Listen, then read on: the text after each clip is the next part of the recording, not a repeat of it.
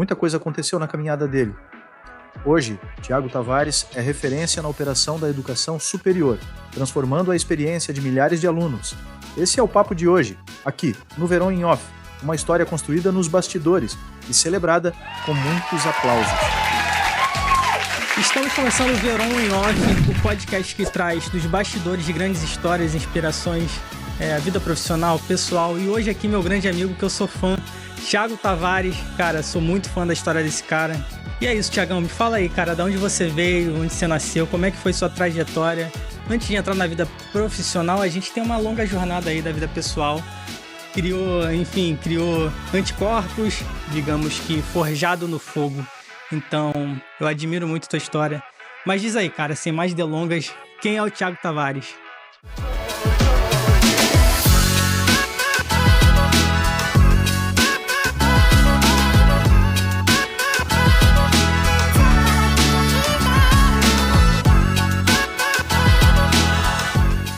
Quem é o Thiago Tavares? Verão, obrigado aí pelo espaço, primeiramente, né? Sempre legal estar trazendo oportunidade de trocas com a sua audiência. E, cara, é verdade, forjado no fogo, acho que é uma boa definição. Vim de uma história difícil e também tive superações em cima desse momento lá de trás, que a gente traz de lembranças e acaba se orgulhando da trajetória que a gente tem, né, cara? Lá atrás eu já fui camelô, fui criado no subúrbio, Vila da Penha. Passei mais ou menos 17 anos morando por lá. Vila da Penha. Perto do Olimpo, frequentei muito Olimpo, frequentei muito lá a casa de show. Então, tem muitos amigos lá mesmo. Hoje eu não vejo mais com tanta frequência, né? Até pelas questões do mundo virtual que a gente tem hoje. Acho que tem muita coisa, já começa a me sentir um pouco mais antigo, né? Porque tinha muita coisa que a gente fazia antigamente que hoje eu não vejo com a mesma frequência.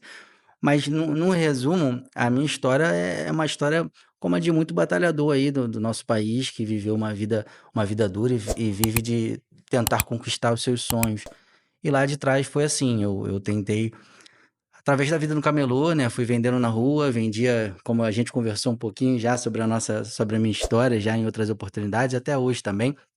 Lá atrás, eu precisava passar ali em sinal de trânsito entre um e outro para tentar vender isso exatamente, vender água, e era uma média mais ou menos de a cada 2 a 3 sinais que eu passava ali tentando vender, eu conseguia vender no quarto, era uma média mais ou menos, né?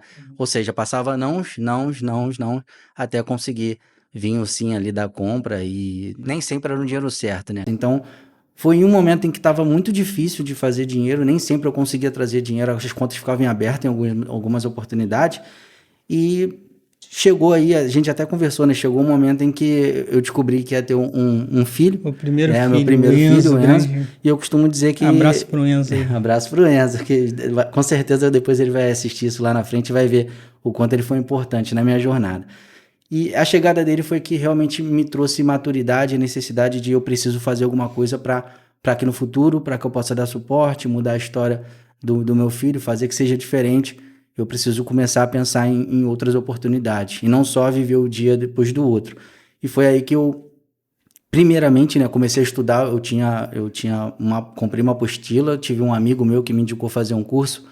Eu fiz esse curso técnico ali, mas a promessa do curso era um bombeiro civil na época, né, curso técnico.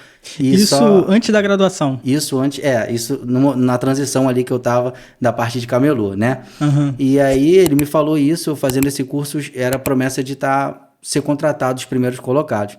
E aí eu comprei a apostila, estudei muito, né? Eu consegui estudar durante a noite, consegui essa oportunidade de ficar em primeiro lugar, mas no primeiro momento eu achei que seria muito difícil, porque tinha 2 pessoas que eram técnicos de segurança do trabalho. Então eu já me dei uma desanimada, falei, caramba, eu acho que eu não vou conseguir. E juntar esse dinheiro no camelô era muito difícil. Uhum. Eu vendia aí o fardo de água, em média, aí R$17 eu comprava, consegui uma margem de lucro em torno de botar aí R$60, e dos R$60 eu reinvesti uma parte para poder fazer dinheiro, né? Cara, aí você vê, desde camelô ali, você já entende ali um indicador importantíssimo nas empresas, a margem, né? Pois é. Hoje a gente fala muito da margem EBITDA, né? Que é uma margem ali que vê quanto que tá dando de retorno na operação da empresa. A gente sabe que depois do EBITDA tem outras burocracias ali, receitas financeiras, despesas financeiras. Você que vem do setor da educação é uma margem que beira ali de 25% a 35%, que é muito bom. Se a gente comparar com o Selic, cara, é uma margem excelente. Exatamente. Mas no início a gente fazia isso meio que no automático, né? A gente não entende. Exatamente. Naquela época era no as automático. Nomenclaturas ali, A gente só fazia acontecer e essa grana eu reverti naquele primeiro momento para aquele tipo de estudo. E aí eu consegui passar... digamos que o seu CAPEX ali, o seu investimento. Exatamente. E aí eu acabei conseguindo trabalhar em 2 lugares ao mesmo tempo, porque eu trabalhava em escala, né? Então foi a época em que a geladeira não ficou tão vazia quanto era antes. Então, mas eu trabalhava bastante, o corre ainda era uma realidade. E aí depois, 2 anos depois, surgiu a oportunidade de fazer uma entrevista para trabalhar na instituição de ensino.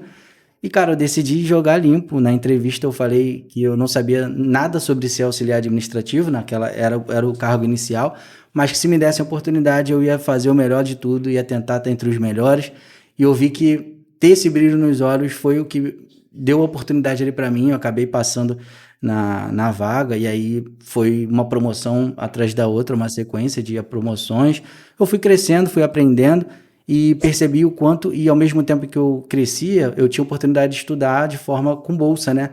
Então, eu fui crescendo também na minha parte como Thiago, né? Não só o Thiago com crachá na carreira, mas também o Thiago que aprendia e absorvia novos conhecimentos. Mas antes da gente entrar no profissional, a gente já tá indo numa toada de profissional. Cara, eu acho que tem um ponto importante aqui que a gente precisa abordar, que é você teve o Enzo, e você tem a segunda filha que é a Ayla. Isso. Cara, conta um pouquinho como que foi essa mudança, sabe? Porque tem uma virada de chave ali, que a gente sabe que tem. Você passa a viver em prol de um outro ser, né?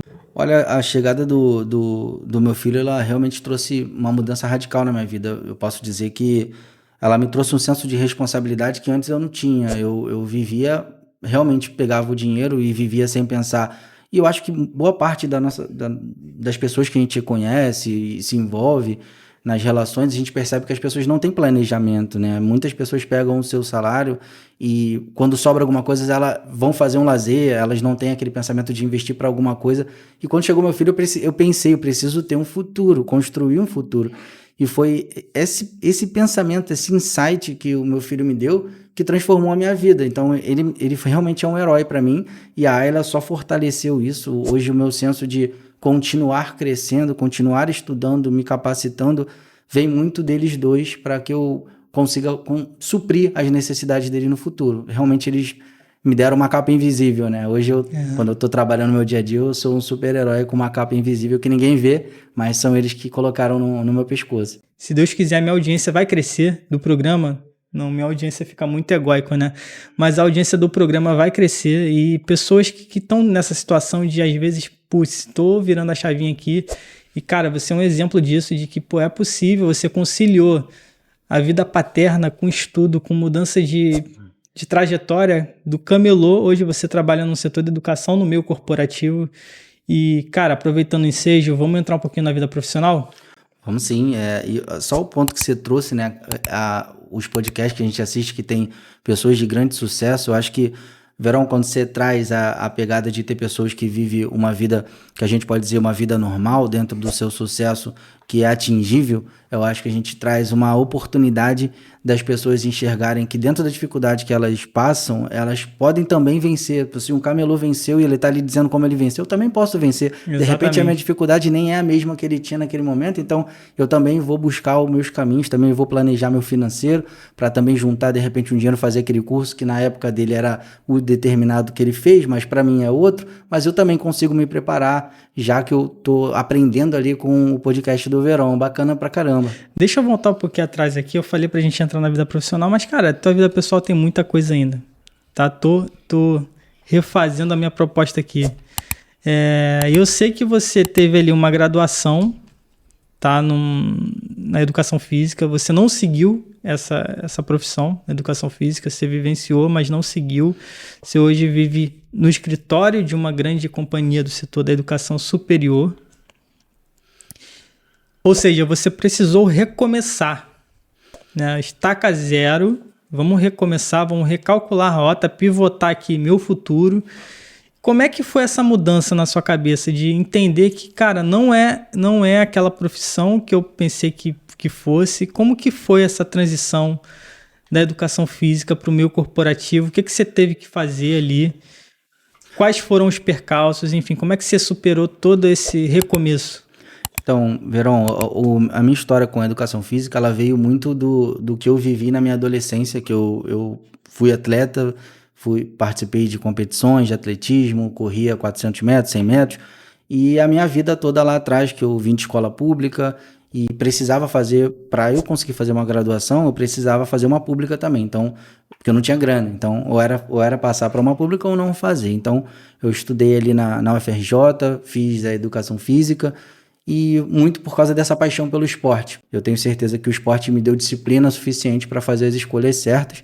E aí eu escolhi fazer educação física, mas ao longo da graduação eu percebi que aquilo não era a melhor escolha para mim. Então, eu terminei a minha graduação, mas acabei não exercendo, e eu acho que isso acontece, e hoje eu percebo o quanto é interessante que você tenha um autoconhecimento e, de fato, tenha uma noção do que você quer trilhar para frente, para não fazer escolhas erradas. E aqui, só um parênteses, sem juízo de valor, a galera da educação física, eu acho que é uma profissão, cara, muito louvável, assim, a gente depende muito desses profissionais, inclusive estou voltando aí na academia, aproveitar para mandar eu tenho um compadre aqui, cara, que é personal, o Arthur, deixa eu mandar um abraço aqui, beijo para a Agatha, minha afilhada, enfim, mas era o seu eu falando ali, era a sua página que seria escrita ali, então você viu que para você naquele momento a educação física não era sua praia e tá tudo bem, né?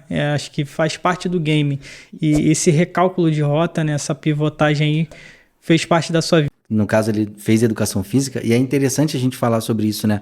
Eu tava falando sobre autoconhecimento porque o caminho que serve para um e é a paixão de um, de repente não é a paixão de outro, que ele inicialmente acaba seguindo e depois desencanta daquilo. Então, a escolha da sua graduação é algo muito especial, que a gente tem que tomar. E isso acontece com muitas pessoas. Eu vejo uma evasão acontecendo de muitos alunos que acabam escolhendo uma graduação que, de repente, lá na frente eles acham que não é o melhor caminho para eles e desistem. Eu acho que o primeiro passo que a gente pode dar de sugestão para qualquer pessoa que vai seguir na parte do ensino acadêmico, do ensino superior, é, antes de tudo, você fazer um processo de autoconhecimento, de questionamento, de a longo prazo, o quanto você vai viver daquilo, o como é viver daquilo. De repente, você conhece alguém da área, faça perguntas para essa pessoa de como ela vence a vida dela, de como é o dia a dia dela, porque aí você começa a entender melhor sobre aquela carreira que você está escolhendo. E ela já vivenciou ali, então tem propriedade para dar uma direção, né? Com certeza, eu acho que o melhor é isso. Quando a gente vai conhecer pessoas da área, da prática, a gente de repente conhece coisas que num cenário que a gente imaginava que era aquele que a gente ia gostar de fazer, não, acho que isso aqui eu não gosto tanto, acho melhor pensar em outra coisa. E aí você faz, aí já é um caminho mais sólido para você seguir a tua graduação com maior propensão de chegar até o final, porque você já tomou o cuidado de não ficar só no encantamento, você realmente fez uma pesquisa a fundo sobre a área que você quer atuar ao longo da tua vida. Cara, e como foi, assim, porque não é, a gente tá falando aqui, mas beleza, assim, eu sou adepto da mudança, assim, pô, não tá funcionando, vamos pivotar. Então, eu sou totalmente adepto. Mas não é fácil, né? Não vamos ser leviano aqui, cara, não é algo trivial. É uma mudança difícil na cabeça da pessoa de entender, putz, eu vou ter que aqui dar um passinho talvez pro lado, para trás, para poder recomeçar e planejar uma nova história aqui. Como que foi esse momento, assim? Qual foi o estalo, assim, de, cara, eu preciso agir? Porque às vezes a execução, né, agir, é o que a gente fica ali postergando, enfim, fica achando que não, será que será? Esse será às vezes leva muito tempo. Como é que foi esse timing de você, enfim, entender que não era educação física, que você ia seguir uma vida, uma carreira ali no escritório, enfim, como que foi? Olha, no primeiro momento não foi nada do que hoje eu vivo, né? Hoje eu vivo um sonho de transformar pessoas, mas naquela época eu não tinha ainda consolidado esse sonho na minha cabeça. Eu tinha outro sonho, eu desejava viver da música, eu até tenho um microfone tatuado num braço. Bem que lembrado, faz parte, cara, você ia faz ser parte da minha história. Você ia ser um Gustavo... Ih, cara, posso falar Gustavo Lima aqui? Não sei se eu posso falar, mas você ia ser o Gustavo Lima do momento, né? Você desistiu. Mas fala aí, conta aí essa história, como é que foi? Então, cara, a vida de trabalhar como sertanejo ali na noite era algo que me encantava, compor músicas. Aí, só pra eu entender, isso foi antes do camelô ou depois? Eu tentava fazer as duas coisas ao mesmo tempo, né? Primeiro era só a música, depois eu comecei a fazer as duas coisas, até porque não pinta música pra tu cantar na noite toda hora, né? Então, eu tentava fazer as duas coisas e foi meio isso, né? Essa transição de carreira, hoje com mais maturidade, eu consigo entender que ela é super válida e requer estratégia e desafio, realmente é um desafio, mas você precisa ter estratégias bem definidas para fazer as suas escolhas. Na minha época, eu fui na vontade, no sonho mesmo, não tinha a visão que eu tenho hoje, mais maduro, mas aí eu decidi viver de sonho, né? Tentar viver essa história de música, ganhava uma grana, o camelô ajudava para ter uma consistência, mas em algum momento eu dei essa virada de chave, e aí a gente já falou sobre isso, foi a chegada do Enzo, porque eu pegava o meu dinheiro e vivia na noite, vivia uma vida que na minha cabeça era o ideal para se viver o dia, viver o hoje, né? O camelô e a vida da música ali. Aí eu tô deduzindo aqui, na noite ali, tocando em barzinho. Isso, exatamente. Você tocou em algumas rádios em Minas? Toquei, eu fazia composições, né? Então eu consegui um espaço para tocar em uma outra pequena rádio no interior de Minas. E era uma grana para fazer a música, virar a música mesmo, né? Eu pegava a letra, botava uma melodia e tinha que pagar alguém para fazer a mágica acontecer. Cara. E na época era mais de R$1.000, eu não sei quanto é hoje, mas porque eu não vivo mais desse sonho. Então, você vivia também composição e cantando. Isso. Você fazia as músicas. Mas na noite ali a gente tocava a música que tava hypada, né? A ideia era tocar o que o pessoal queria ouvir. Ah, legal. E aí eu tentava fazer uma música para ver se de repente estourava com uma delas. Mas enfim, juntar grana para viver disso e com a chegada do meu filho, era melhor eu viver uma vida um pouco mais... que me desse mais estabilidade, sabe? E aí foi ali que eu deixei um pouco de lado a parte da música mesmo e comecei a ficar full time como camelô para fazer dinheiro e chegar nessa ideia de fazer um curso técnico. E aí foi aí que eu comecei a me aprofundar na área de educação, que, como você falou, transformou a sua vida, a educação transformou a minha. E virou um sonho porque eu passei a transformar a vida de outras pessoas, então fazer parte da engrenagem, né, de transformação da vida de outras pessoas. Então a educação é algo que mudou a minha vida para muito melhor. Cara, você me deixou com perdão da redundância aqui, do pleonasmo aqui, você me deixou uma deixa para falar que você faz uma mentoria aos domingos e de forma gratuita, né, cara? Uma ação, assim, louvável nos dias de hoje, que a gente tá ali na correria de pensar em grana e tudo mais. E você faz isso de coração aos domingos. Conta um pouquinho aí, como é que surgiu essa ideia? Por que você tá fazendo isso? Então, Verão, a escolha que eu fiz de não fazer dinheiro com a mentoria é exatamente pela minha proposta de que nem tudo é dinheiro na vida. Né? Que legal, nem tudo cara. É sobre Bacana. Dinheiro. E lá atrás, nessa época de camelô, eu era um cara que questionava muito, eu queria muito ter a ajuda de alguém e ficava inventando, tinha as minhas próprias desculpas para não fazer o meu sucesso acontecer dentro das minhas escolhas. E eu gostaria que alguém tivesse passado num carro, estendido ali um cartãozinho, faz um estágio lá. E, às vezes é só oportunidade, né? Eu só precisava de uma oportunidade. Ela não aconteceu. Pronto, preparado e querendo, mas é só oportunidade. Que legal, naquela época não aconteceu. E aí, um belo dia, com as minhas muitas desculpas, eu não tinha grana para voltar para casa com as contas pagas. Eu estava sentado pensando quanto tempo ainda ia ficar ali no trânsito tentando fazer dinheiro e não estava acontecendo. E eu virou a chave naquele dia em que eu tinha que parar de inventar desculpas. Eu acho que na nossa vida a gente tem que parar de inventar desculpas e encontrar as soluções. Ação, né? E foi aí, botei na minha cabeça o pensamento positivo que ia acontecer, que eu ia fazer as vendas e comecei a ficar parando com as desculpas e realmente vivendo o dia. E eu consegui juntar a grana ali e daquele dia em diante eu mudei meu mindset da minha cabeça, sabe? De parar de usar razões que me tirem do caminho. E foi nesse sentido que eu acabei seguindo na direção de ajudar alguém. Porque lá de repente, se eu tivesse tido uma orientação, se alguém tivesse vindo me sacudido e falado, Thiago, para de arrumar desculpa. E aí eu pensei que agora que impulso, né? Aquele impulso que faz toda a diferença. Faz diferença. E a mentoria é muito isso, né? Você mostrar para a pessoa sobre algo que você já alcançou. Nada mais é do que isso. Você já alcançou aquele resultado e você mostra os atalhos para as pessoas. E tem muita gente que faz dinheiro com isso e é louvável, tá? Mas como eu, em um momento da minha vida, eu gostaria de ter tido, e hoje eu tenho meu próprio trabalho, minha carreira ali, eu consigo ajudar pessoas sem a necessidade de estar cobrando para elas. E uma coisa que eu gosto de fazer é sempre procurar por pessoas que estão na condição de open to work. Nem sempre são com open to work, que são pessoas que estão ali no mercado, né, procurando emprego. Às vezes são pessoas que estão em transição de carreira e eu ajudo elas com marca profissional, ajudo elas com a marca ali em redes sociais e, enfim, tento dar uma guinada na jornada deles. E é aos domingos nossos encontros, mas a mentoria é ao longo é full time. Durante a semana vão perguntando bacana, e a gente vai se ajudando. Eu costumo dizer que a mentoria ajuda tanto quem é o mentorado como também o próprio mentor, né? Quando a gente se coloca na condição de eterno aprendiz, a gente, de fato, vai aprendendo sempre um pouco mais. A importância de estar sempre aprendendo, né? A gente tem aí uma macro tendência, o lifelong learning. Você está por dentro, você é um cara que vive se atualizando, vive buscando por cursos, vive se aprimorando. Explica pra galera aí, e eu sei que você não usa, cara, isso aqui é algo que eu acho que as empresas podem adotar um pouco mais, de começar a usar o português, né? Português direto, objetivo, Poxa, o papo reto. Exatamente. Enfim, explica um pouquinho desse conceito, dessa macro tendência. E assim, a gente está falando do setor da educação superior, né? Então, antes a gente tinha ali a graduação, 4, 5 anos, uma pós, um MBA. E hoje, com essa macro tendência, essa tendência aqui no Brasil hoje já é uma constatação, já deixa de ser enfim, não é uma graduação, uma pós apenas, é ao longo da vida inteira.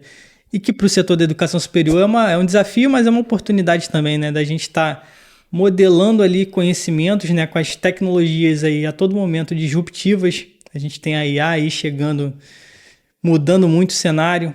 Mas enfim, antes de falar da IA, fala um pouquinho aí do termo.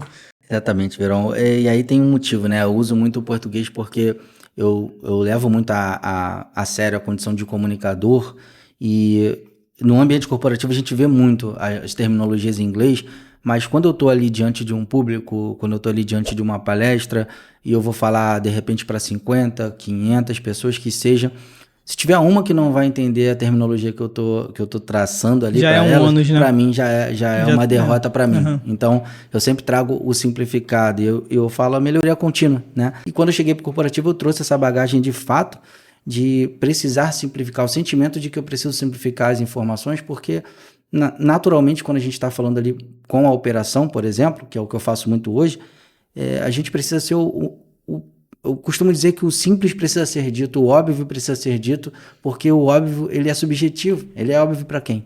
Exatamente. Então, é muito sobre isso, sabe? Eu preciso levar a informação, por mais que pareça muito claro para mim, eu preciso sempre trazer o muito claro e também o mais complexo, da forma mais simples possível. E a melhoria contínua, né, que a gente estava falando, eu acho que ao longo dessa jornada de quase uma década que eu já vivo... Então, só para o público entender, melhoria contínua é o lifelong learning para o português. Então, agora eu vou passar a falar melhoria contínua. É a gente viver, né, ao longo da nossa jornada toda, da nossa carreira, da nossa vida pessoal, sempre tentar melhorar em qualquer que seja a esfera, né? A gente vai tentando melhorar na carreira, mas também em relacionamentos com familiares, amigos, e a gente nunca para de querer melhorar. O que eu percebo nesse quase uma década, né, trabalhando em ambiente de ensino superior e transformação de pessoas, é que tem muitas pessoas que a gente conhece e que se sentem prontas, elas já estão prontas. E quando você se coloca na condição de estar pronto, você não aprende mais. Exatamente. E é difícil, vou até tirar o difícil, é impossível você viver uma vida do lifelong learning, né, ou a melhoria contínua, se você não se coloca na predisposição de aprender. E eu vivo muito isso até na questão da mentoria, Verão. Quando a gente vai para a mentoria ali, e você se acha o dono da verdade para mentorar alguém, você não se coloca na condição de aprendiz, você muitas das vezes pode errar na direção da pessoa, porque às vezes você entende que era melhor virar o volante na condição que a pessoa precisava, mas você acha que a sua verdade é a certa. Então, estar aberto para aprender é fundamental para viver a melhoria contínua ou o lifelong learning, né? É isso aí, cara. Eu sou um adepto também de aportuguesar, a gente usa muito termos em inglês. Tem inúmeros vídeos aí de uma galera aí que faz vídeo até pro lado do humor, né? Criticando um pouco do inglês. Mas eu entendo também que o corporativo já está enraizado ali, muitas nomenclaturas ali, enfim, tem alguns desafios aí, eu acredito também. E nesses desafios a gente pode falar da inteligência artificial, que ela veio aí fazendo barulho, trazendo inúmeras mudanças. E a pergunta que não quer calar: a IA vai substituir o professor na sala de aula?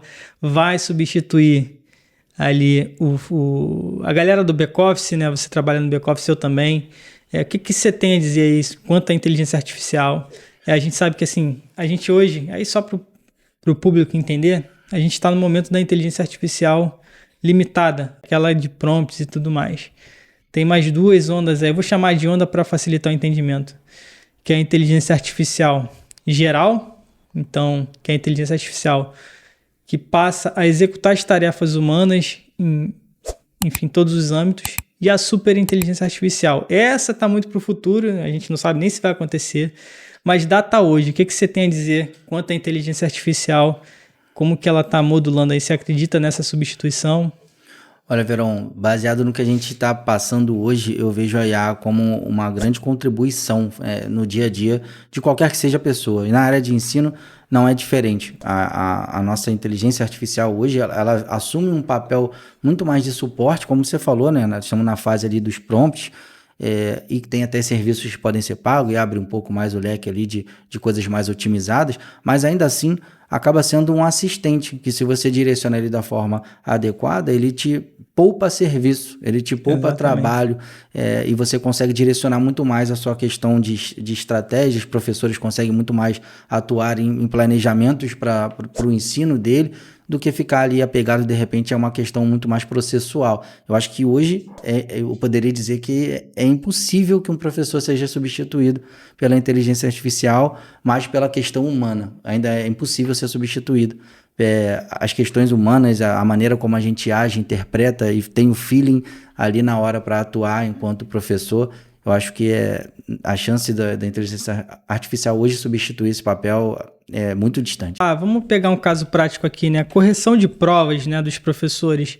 Eu acho que tem um apoio importante ali, auxilia nessa correção, nessa velocidade de talvez, no meu tempo, o professor levava ali 2 semanas, talvez, para passar a nota para o aluno, para ele saber se passou ou não de ano.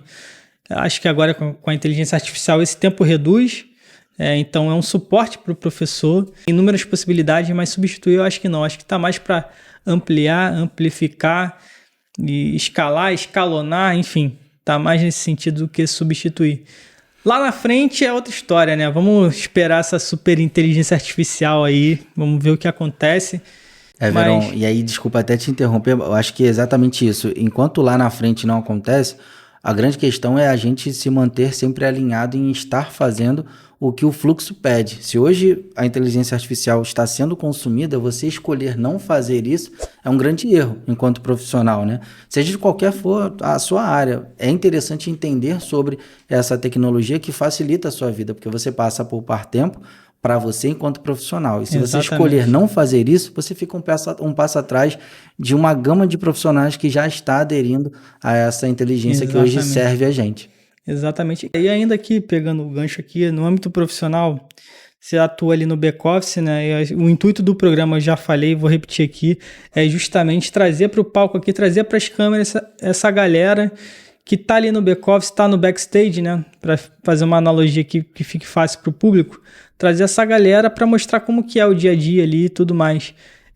Eu trabalhei ali um pouquinho de tempo ali na mesma empresa que você trabalha hoje, e eu vi que você tem uma facilidade de storytelling, de contar ali os dados de uma maneira muito simples, trazendo engajamento ali para o time da operação. Como que é essa construção dessa narrativa, cara? Porque não é algo trivial, tá? Assim, quando a gente lê os dados pra gente ali, entendendo, aprendendo ali, vendo ali as tendências, é uma coisa. Você passar aqueles números ali para uma galera numa linguagem que engaje, né? Porque assim, o seu papel ali é muito de engajar. Se está atingindo a meta, você não pode deixar o sarrafo descer, né? Mas se não está, você precisa aumentar. Como que você constrói essa narrativa ali com os dados ali para passar ali para a operação, enfim, para quem está ali no seu dia a dia? Então, a gente entrou num tema importante porque é algo que eu cultivo e admiro bastante e estudo bastante, que é sobre comunicação. Eu acho que o grande segredo é a gente se mostrar com o desejo de fazer entender muito mais do que querer se mostrar entendedor. E eu vejo muita gente que corre na direção contrária, sabe? As pessoas querem mostrar que sabem muito. E quando você se coloca nessa posição, você já gera distância, porque o importante é você nivelar as questões, o importante é você nivelar conhecimentos. E quando você decide mostrar em linguajar, postura, seja qual for o motivo que você quer, pelo ego, mostrar que você entende muito, você já está deixando de entregar comunicação. Já não posso mais chamar isso de comunicação. Já pode ser muito mais uma questão de demonstrar que você sabe muito alguma informação do que você de fato está ali transformando e levando. Então, esse é o primeiro ponto, né? Você estar ciente do seu poder e seu papel de comunicador. E quando você se coloca ali para ensinar, a ideia é mostrar dados nem sempre é um assunto tão legal para todo mundo, né? Exatamente. E por isso você tem que tentar falar de uma forma simples. Quanto mais fácil você leva a informação, quanto mais fácil parece, embora seja muito complexo, mais o holofote não fica em você, comunicador. O holofote fica na mensagem. Exatamente. E aí quando termina, talvez a pessoa nem lembre mais você, mas ela lembra da informação, ela lembra da mensagem, porque a mensagem é o ator principal. E é isso que você tem que levar, seja para qual for o discurso, tá, Verão? O importante é a mensagem. A pessoa vai levar, daqui a 2, 3 anos, ela vai lembrar da forma como você falou aquilo ali. E isso é storytelling de verdade. É fazer sentir, muito mais do que você levar uma história e você fazer sentir aquela informação. Eu aprendi um termo num curso que eu fiz que é um confronto ali de storytelling e story doing, né? Às vezes o storytelling fica muito no campo hermético da coisa ali, né? Etéreo, enfim. E eu acho que é mais importante o story doing, né? Vamos fazer acontecer. Então, para fazer acontecer, nada melhor que uma comunicação clara, objetiva, papo reto, né? Vamos trazer aqui o jargão aqui, um linguajar mais do cotidiano aqui do Rio, né? Do carioca, o papo reto. E isso é muito importante. Hoje no meio empresarial a gente vê que tem ainda essas nuances, muitos termos em inglês, enfim, muitos, né, que acaba dificultando um pouco a comunicação. E como você bem disse, cara, é muito importante que chegue a comunicação clara, transparente e, cara... facilitada. Cara, mensagem aí final para o público. Enfim, lembrando aqui, o propósito do programa é ser inspiracional também, né? Eu vou procurar trazer aqui histórias... não semideuses, se aparecer um aí no meio do caminho, muito bem-vindo, né? Legal também. Já pensou, cara, um Flávio Augusto aqui na minha frente, já pensou? Olha aí o corte, lá na olha o corte aí Bacana. Olha o chamariz aí. Mas enfim, eu quero trazer pessoas assim que são vencedoras, né? São histórias assim de inspiração e é isso, cara. Passa uma mensagem final aí pro público do que você acha que, cara... vale a pena pensar nisso aqui, refletir. E aí o que vem na cabeça aí, cara, Verão, eu posso te dizer que eu tenho um mantra pessoal, tá? Eu sei que é muito legal a gente trazer frases bonitas, frases de efeito que, né, impactam. A gente pega uma frase ali do livro e traz e pronto. Caramba, o Thiago tinha uma mensagem incrível. A gente pega ali uma frase do livro. Cara, eu tenho um mantra meu que eu levo pra minha vida desde sempre, que eu costumo dizer sempre para mim, para que eu seja meu próprio chefe mental, seja minha própria empresa mental e não permita que ninguém me cobre algo maior do que eu me cobro. Eu não posso permitir que uma meta venha maior do que aquela que eu tenho para mim. Se eu tenho isso dentro de mim, eu consigo alcançar sucesso sem precisar ficar falando para as pessoas, tá? Você tá me cobrando tal e eu vou entregar Y. Não é sobre isso. É sobre você ter metas internas que superam as expectativas. Quando você faz isso, não importa qual a área que você trabalha, você só entrega uma coisa: sucesso. E aí a frase que eu tenho e falo muito, e eu tive esse insight em cima de muitas coisas que eu faço na minha vida, para que a gente nunca... Enfim, basicamente é pra gente deixar rastros de luz pelo caminho, tá? Exatamente. Ela é maior a frase, mas a ideia de deixar rastros de luz pelo caminho é que a gente tem que entender que nem sempre todo mundo que tá vindo pela jornada, ela tem ali a trilha dela iluminada. Então, quando você toma o cuidado de deixar um rastro de alguma coisa que possa dar um norte na jornada de alguém, você tomou o cuidado de ajudar alguém a vencer na vida. Então, eu tenho isso como missão hoje, e por isso que eu te disse lá atrás, que hoje eu vivo um sonho de transformar pessoas. Eu vivo dessa forma, deixando rastros o máximo possível que eu puder. E o meu filho Enzo e a Ayla, quando puder assistir isso, já tiver com mais... vão ter muito orgulho, bicho, lá que na isso. frente. A ideia é que eles entendam que o pai deles queria sempre deixar portas disponíveis para as pessoas, mesmo que isso não me gere lucros. E claro, não deixo de viver meus sonhos por isso, sabe? É possível viver a sua vida e ao mesmo tempo ajudar outras pessoas.